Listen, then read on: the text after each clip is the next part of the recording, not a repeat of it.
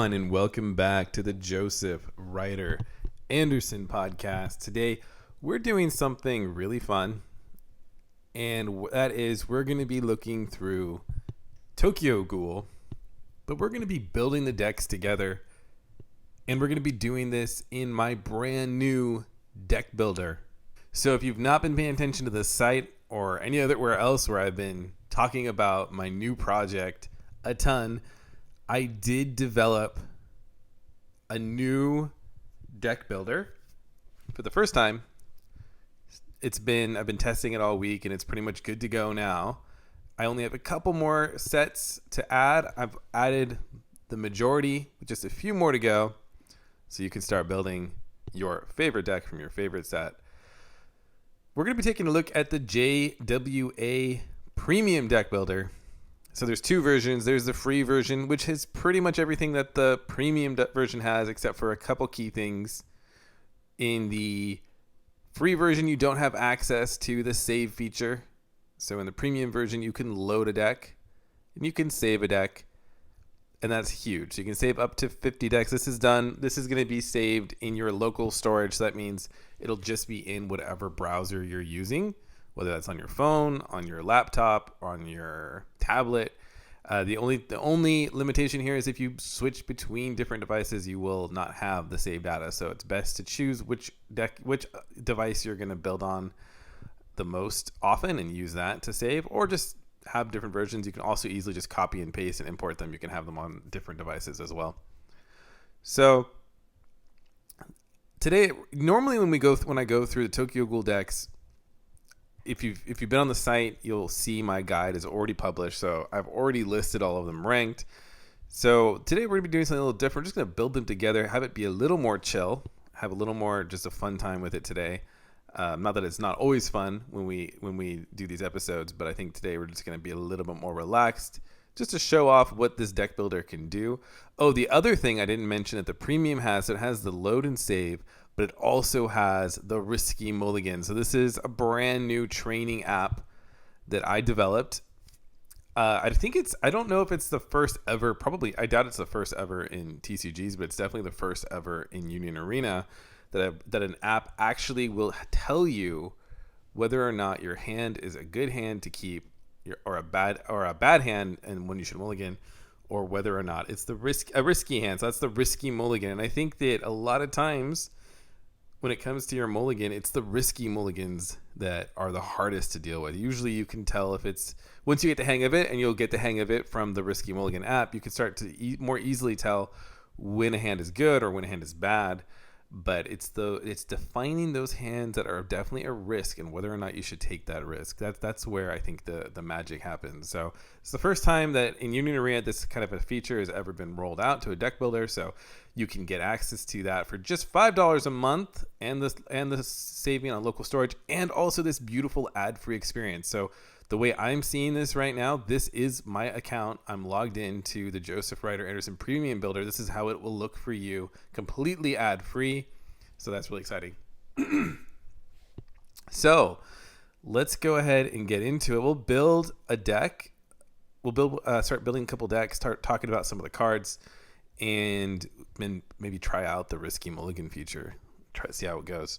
So let's start with the Arima, and I apologize, I actually have not seen Tokyo Ghoul, and I did go and try to learn the names just because I don't want to butcher the names. But even after I Googled the names and tried to understand them, I still feel like they're a little hard to say. So if I'm not saying the names 100%, I apologize in advance, but it's not for lack of trying.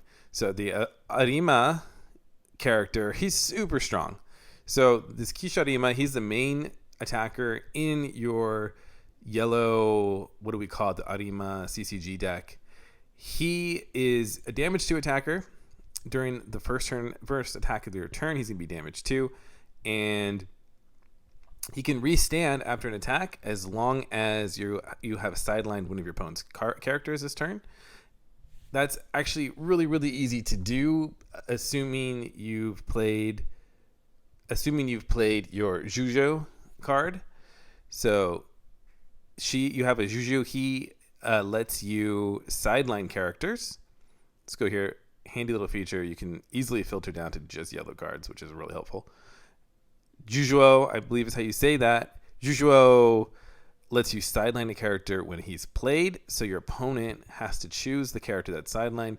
A thing I really like to do with this is to play this 3-cost JWA, sideline a low BP character, so that way the stronger BP characters are left and your opponent has to sideline one of those. But yeah, that's the main play. The focus is on these two raids, really. The JWA and Arima, and the Arima is going to switch to active if you have sidelined that turn after its first attack, and you're also going to get a draw card, which is pretty cool. And another thing that's really cool about the Kisho, the Arima, is that he has this wind blade that gives him added protection. So your opponent's going to have to discard a card from their hand as an added cost to choose him with abilities, and that's often not worth it to them to do. So he has a lot of staying power at 5,000 BP, 7 energy. Not the strongest 7 energy cost character we've seen, right? But definitely a force to be reckoned with, and I think he gets a lot stronger when paired with some of the removal in this deck. So this deck looks like a lot of fun. I think if you're a beginner, this deck would be pretty easy to get the hang of. There's not a whole lot going on. It's pretty straightforward. You're just removing characters and swinging through with this strong attacker. So definitely a good deck. I guess we should probably build the whole deck. I'm over here just kind of about to move on to the next deck, and I haven't even built it yet. But you can see it's really easy to build decks in this builder. I think we have it sorted by set number right now. We can do it by energy cost, which is what I usually do when I'm building, just to find the characters that I want more easily. And yeah, this is an interesting character, the Arima. 2 costs. If there's a character on your opponent's front line and one of their characters has been sidelined this turn. Oh, I'm sorry. If there's a character on your opponent's front line or one of their characters has been sidelined this turn, Arima gains double energy. That's really cool.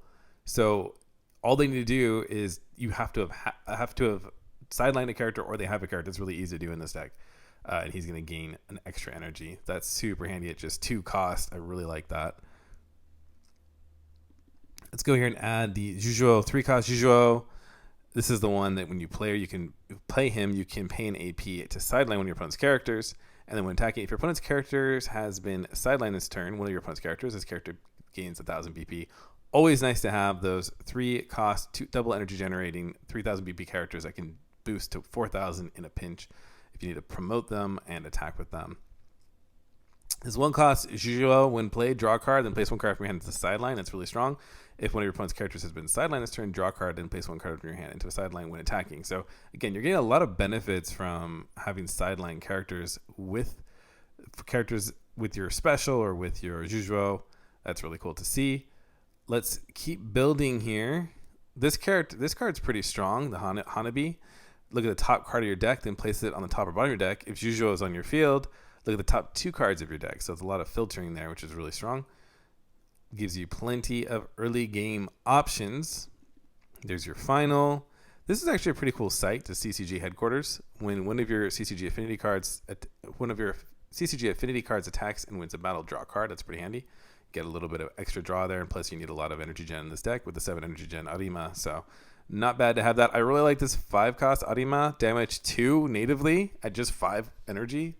That's really cool. Has the active trigger, so he can fit in pretty easily into your deck strategy.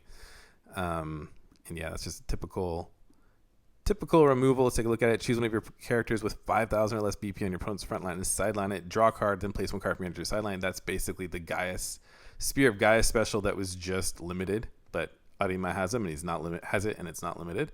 And it becomes just a 4 energy cost, or I'm sorry, just a 5 cost, 1 AP cost special if you have Arima on the field. Very similar to the Spear of Gaius, just pretty much the same card.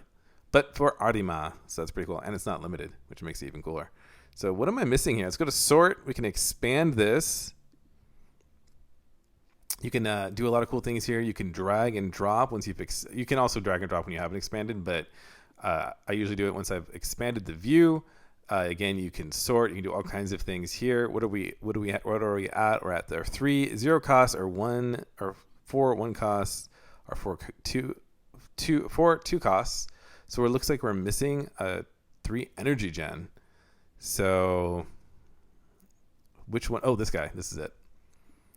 the Takehirako. When played, look at the top 5 cards of your deck, reveal up to 1 Arima. So this is your typical 3-cost search card wrapped into your double energy gens. That's really, really handy for this deck. So it looks like we're still missing a couple cards. Who else are we missing here? So we have the... We do have the two of these guys now. We have this guy. Who are we missing? We're missing somebody. 3 cards. Oh, the special. That's what it is. It's like, it looks like we're about done. Sorry, I should probably have my other deck list open on the website right now. All of these are live on the site, so go check them out. JosephRiderAnderson.com. Just go over to the Union Arena decks. I'll show you right here. And just scroll down to Tokyo Ghoul. Another cool thing, too, if you go to the guide that I'm talking about, you can just actually load these. So that actually might be a better way to do this. Now that you've seen some functionality, let's just go through the guide and just load this via the guide. So we'll do that next for the next one, but just to make it a little easier. But let's go ahead and save this now in the Premium Builder. Again, the Premium Builder does have access to the save feature. So now we can go in and load. I have my Gaius post ban, progressive, and now with Arima. Pretty cool. All in my easily to load and save and all that. But yeah, pretty cool deck. Let's move on to the next one since we spent so much time on that. Let's go back to the Mado squad. Again, super easy to do if you just press the builder. Oh, but this is going to take us to the free version, which is still cool. Free version is cool. It doesn't have everything. Let's go ahead and copy the list and go put it back into the builder. You have an import feature, super easy. You just import, loads the deck for you, 50 cards. You can see all that, sort it. I guess it's already sorted. And now we have the Mado squad deck. This one's really interesting. I think that the more brainy players out there are going to really like this deck because this deck is all about giving you a ton of options. And the options are going to be via characters on your field. So you have a lot of characters in this deck. For example, this Urie, which I like this guy best out of all of them. He reminds me a lot of the Bambietta from Yellow Bleach, another very cerebral deck, right? And you're going to pay an AP and then he's going to gain impact, but he also has nullify impact, which is nice, and the active trigger. So that's really cool. You have a lot of characters like this that have like these pay 1 AP to gain benefits, like this 0-cost character that Psycho that you pay 1 AP and this character gains 3,000 BP until the end of the turn. The thing is, that might sound kind of like, okay, well, how are you going to pay for all that BP? Well, guess what? You have that built into the deck too with the Heisei Sasaki. Once per turn, you can only activate this ability on the turn this character is played. Switch all of your AP cards to active. You cannot use cards from your hand this turn. So the trick here is you're going to play this Sasaki. He's got impact, 4,000 BP, really nice. You're going to use all of the cards from your hand that you have to use. You're going to use all 3 of your AP, and then you're going to activate this. You don't want to activate it first, right? You want to wait until you've played everything out, and then you're going to activate this, and then you're going to go through and use a bunch of your abilities on your characters, like drawing a card via the Toru, gaining BP via the Psycho. You can even activate it on this Heisei Sasaki to pay 1 AP. All Mado squad affinity cards on your field gain 1,000 BP till the end of the turn. So he's got one. You have this Ginshi. If on the front line, pay an AP, switch this character active, or if this character is active, draw a card. So lots of card draw built in, super cool. You have your other 4-cost rate Sasaki, pay 1 AP. If on the front line, play 1 yellow card with 3 or less required energy, 1 AP cost, and Mado squad affinity from your hands to rest on your field. So that's a great way to get another free play. So this deck has a lot going for it, and then it does also have this 2-cost Akira. And this one, if on the energy line, if you have 6 or more Mado affinity cards in your field, switch this character to active. Wow. So you can then, you're going to play her to the energy line. She's going to switch to active, switch to resting, choose one other Mado squad affinity card in your field. When activating its ability this turn, you can activate it without performing pay 1 AP. You can only use this once per turn. So you get another free. So you could chain it like this. Like, let's just say you use that first, and then you have all 3 AP from the Sasaki. Now all of a sudden you have 4 of these abilities you can pull off. So that's drawing cards, impact, all this stuff. So again, this is not a deck that you're just like plugging and playing and running with it. This is a brainy deck. You're going to be thinking a lot with this deck, and I think that's going to appeal to a lot of people. And it's decently strong. I think that's another thing about Tokyo Ghoul. Tokyo Ghoul is not an overwhelmingly strong deck, but it's how would I say it? An overwhelmingly well-rounded set. Like even this deck being one of the lower decks, in my opinion, from the set in terms of strength, it's still going to be A tier to me. It's an A tier, definitely high B tier, and to mid A tier for sure. So plenty of competitive viability in Tokyo Ghoul. Let's go ahead and save this now. Save successfully so we can load it later. And then let's go over to the purple Touka and Kaneki deck. This one's really cool. So this one is kind of the opposite of the last deck we were talking about in terms of the last deck was all about really, really brainy plays. This deck is a lot more about speed. So let's go ahead and import this. This deck is all about going fast, going aggro, as opposed to speed, right?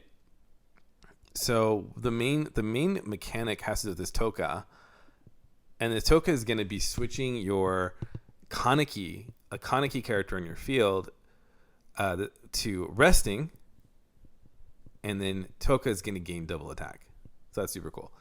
And I think the downside of that is, you have to switch one of your Kanekis to resting, which kind of gets in the way of the whole aggro thing, right? But Touka does also have this effect that when you play Touka, you can choose up to one character with 3 or less required energy on your field and switch it to active. So if you've played a character that turn, you can switch it to active. You get some added aggro out of that. Plus, you have other ways to switch characters to active. Let's say that you've used this to switch like your 2-cost Kaneki to resting. You can then activate your 2-cost Riza, put it under the Kaneki, and then this Riza effect switches that Kaneki to active. So that's super cool. You can also use it on your raid Kaneki if you want, because this Kaneki has, if on the front line, you can only activate this ability if this character has a face down card under it, so switch this character to active. So that's really handy. So there's a lot of ways to get additional aggro out of this deck, and of course the double attack is really strong onto the Touka.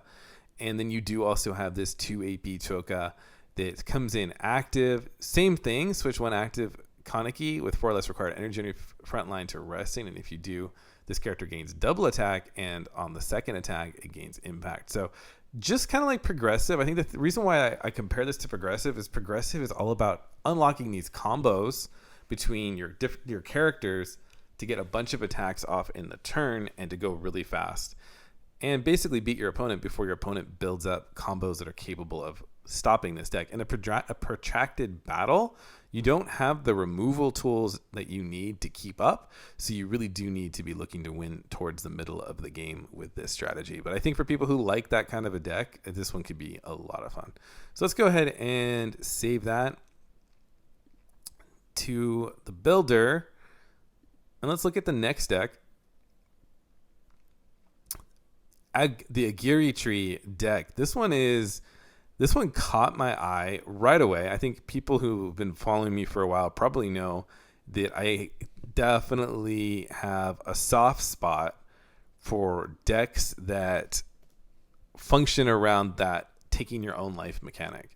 So that was like one of my favorite things about Yellow Goddesses, was that it's the whole thing there is that you have to learn to treat your life as a resource. Like just the way you treat your hand like a resource or the cards in your field like a resource, you have to think of your life as a resource, and you have to really track the way that you're using it to beat your opponent. I think the one downside of this strategy across the board, because there have been by now many decks that have, I think Goddesses was the first to do this in the English version, but there have been many decks now that do take their own life. I am wrong about that. The first one was actually, I think, was the Speed of Sound Sonic. But the main problem with that strategy is that using your life as a resource ends up being a little bit of a problem, because your life is so valuable that, as cool as it is to gain a card from it, that it sort of only just mitigates some of the loss of just losing your life. I don't know if that makes sense, but I guess what I'm trying to say is it's hard to really justify taking your own life for any effect.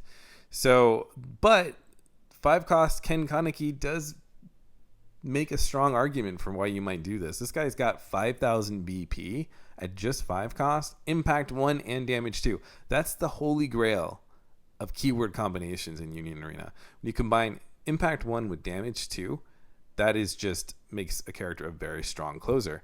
The only downside is that at the end of your opponent's attack phase, you have to either add a card from your life to your hand, or you have to sideline your Kaneki and draw a card. So that's really interesting. Another important thing to note is you can't just play this guy out unrated. He can only be played rated. So I do think, though, that this is not as big of a drawback as you might think.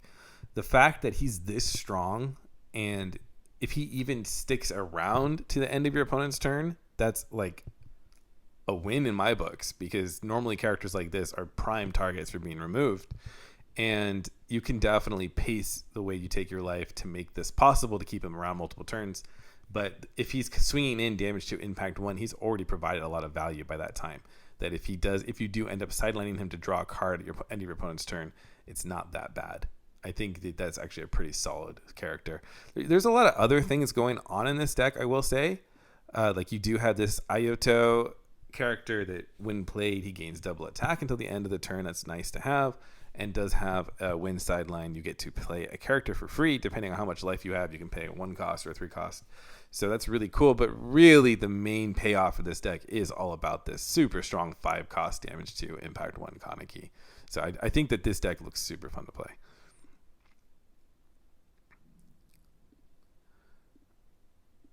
We can move on now to the next one, which is, we've already talked about Arima, so we can move on past that. Purple Kaneki. Okay, this deck is crazy. This deck is going to be super popular. So this is really following that whole big guy deck that we've seen is pretty well established right by now in the Union Arena game. It's a kind of strategy that has come up quite a bit. I think the first one like this was probably Green Saitama. We've had Muzan, or I guess Muzan was before Saitama, but people weren't really playing him back then so much in the first Demon Slayer. But no, Muzan's pretty good. And then most recently we had Shadow Army come out, which is another one of these really big guy decks that take a lot of extra work to get their strongest characters out, but try to make up for that effort with the payoff. So I have a friend who plays Shadow Army and pretty much plays every deck like this. Plays Muzan, Shadow Army. He just loves these kinds of decks that have these really big characters in them. And I will say this, even amongst those decks, this one's pretty cool. Let's take a look at the raid, your 12 cost raid Kaneki. Of course, to play a 12 cost character, that's essentially impossible without a little bit of help. But luckily, when this character performs raid, reduce its required energy by 1 for each card with a different required energy value in your sideline. That, to me, right away sounds a bit confusing, but it's actually stacks up pretty quick because of the way this deck is built. You have a lot of different cards of different energies, and it's kind of like that on purpose. Like, for example, you have this 6 cost special that really is just a 4 cost special, but it's disguised as a 6 cost to make it a little easier to bump up those numbers. You have these random characters like the 7 cost Kaneki, again disguised as a 7 cost, but if you have 5 or more cards with different required energy values in your sideline, it's reduced by 2 while in your hand. So he's a 7 cost in your sideline, but a 5 cost in your hand. So things like this make this whole prerequisite for the 12 cost Kaneki a lot easier to hit. Kaneki has impact natively, but the really cool play here is basically presenting your opponent with a catch-22 when he is attacking. And that is important to note. It is a when attacking effect, not a win played. So this is, you can use this over and over. And we all know from decks like Roy Mustang that these win attacking tend to be stronger than just win played because you can use it over and over. But it's going to force your opponent to either place 7 cards from their sideline into their removal area. And if they do, you draw 2 cards. So, and then place 1 card from your sideline. Relatively tame. But it still is giving you resources, and it relies on your opponent having those 7 cards in their sideline.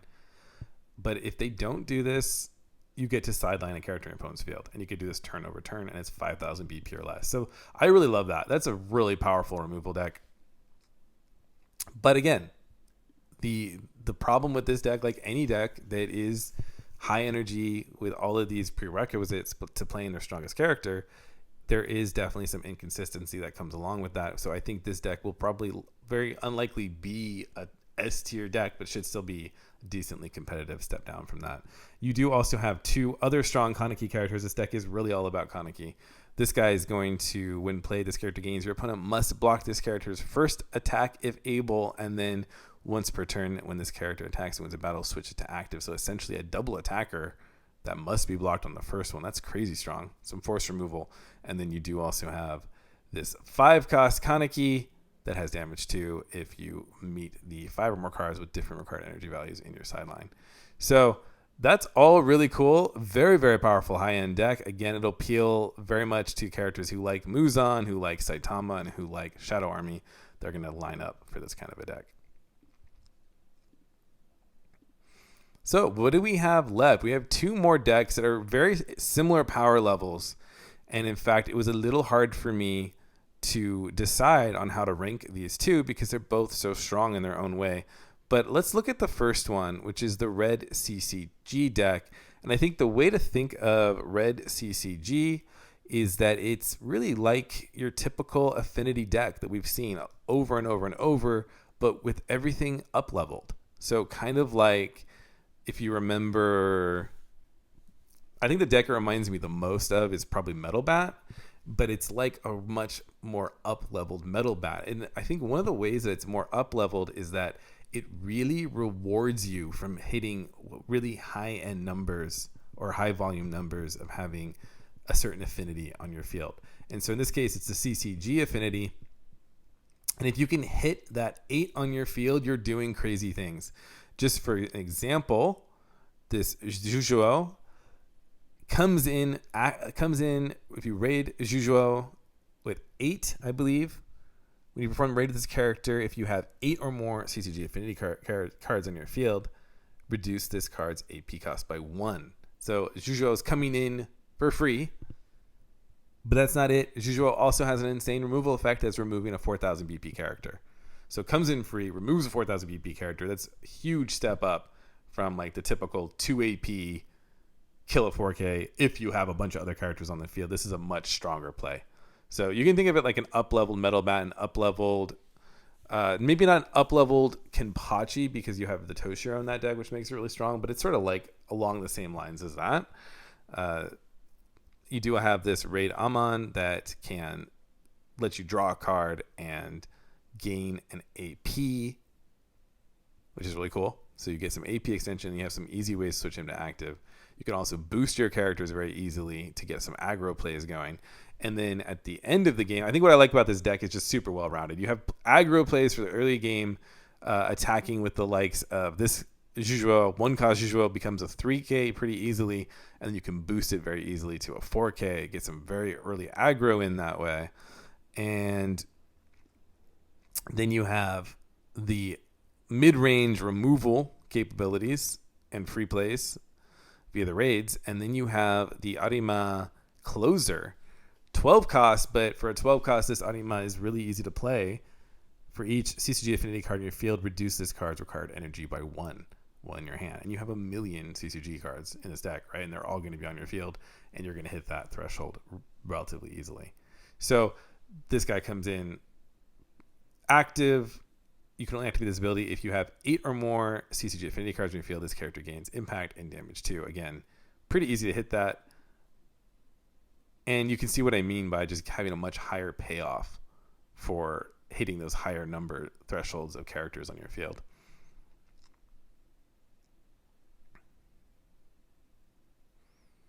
Cool. This character also gives you some more active. Place 1 card from your hand into your sideline. Choose 1 Amon. This is the one I was talking about. On your field that was switched from active to resting by one of your abilities this turn and switch to active. You can use this to switch your Amon back to active after you use him to gain an AP and a card. So just a really highly aggressive deck. I think people are going to love this for how well-rounded it is.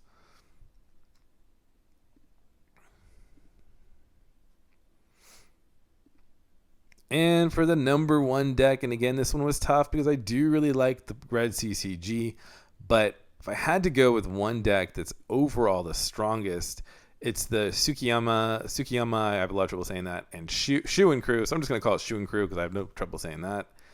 And this deck is super cool. It's it's a lot like the Kaneki Touka deck, but it has what that deck lacks, which is a powerful removal tool. And now all of a sudden you have double attack, draw, and removal. So let's take a look at this. Shu is really the secret sauce of this deck. Choose up to one character in your opponent's front line. It loses 1,000 BP until the end of the turn. I'm not going to go and read all of that, but the way you can think of this is it's like an upgraded. This character is like an upgraded purple Ichigo. So you can remove characters a little more easily, and on top of that, Shu's not just sitting there once he uses this. You also can attack and have impact with him. So he's kind of like a 5-cost Ichigo that hits his thresholds, his removal thresholds more easily with impact. You do need to do this though because you're scaling your BP range. It starts at 1,000, unlike Ichigo. It starts at 1,000, and you're scaling that by removing an equal number of characters and events. So you do need a little bit more events in this deck than you typically would. And that's why your color trigger in this deck is the Disgusting You Wound Me event card. So you can only use one Disgusting You Wound Me card per turn, draw a card, and if Shu is on your field, switch one of your AP cards to active. So you get a free draw. This card goes into your sideline. You can use that to fuel your Shu. So I hope that gives you a really strong understanding and good starting point for the Tokyo Ghoul decks. It's a really fun set, and go ahead and hop on the builder. I definitely recommend the premium deck builder for some of these premium features. Oh, and I almost forgot a really important thing. Let's go ahead and load. Let's first save this if I haven't saved it yet. I don't remember. But let's go ahead and load a deck. And let's try out the Risky Mulligan.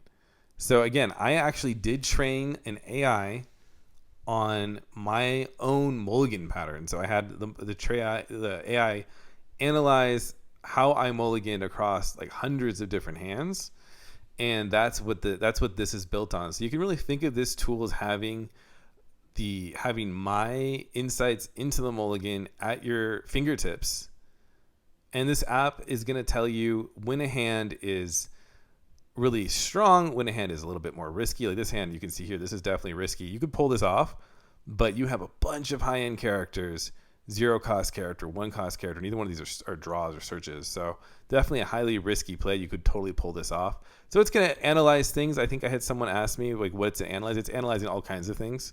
It's analyzing your potential to draw into more energy gen. It's analyzing the cost of the other characters in your hand. It's analyzing a lot of different things to help you figure out if a hand is worth keeping, worth risking, or one that you should just pass on altogether.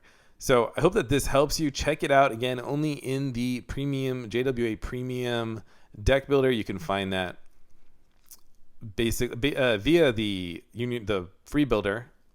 I probably need to add a page to the site to sign up for the premium as well, which I will. But you can access this by just clicking on the sign up button. You're essentially upgrading into the premium builder, and that's going to give you access to this nice little back end. And then you can sign in, and then you'll be able to access the JWA Premium Builder from there. So I hope that gives you a good idea of what to expect. Again, check it out on josephryderanderson.com/deckbuilder. And until next time, keep on battling.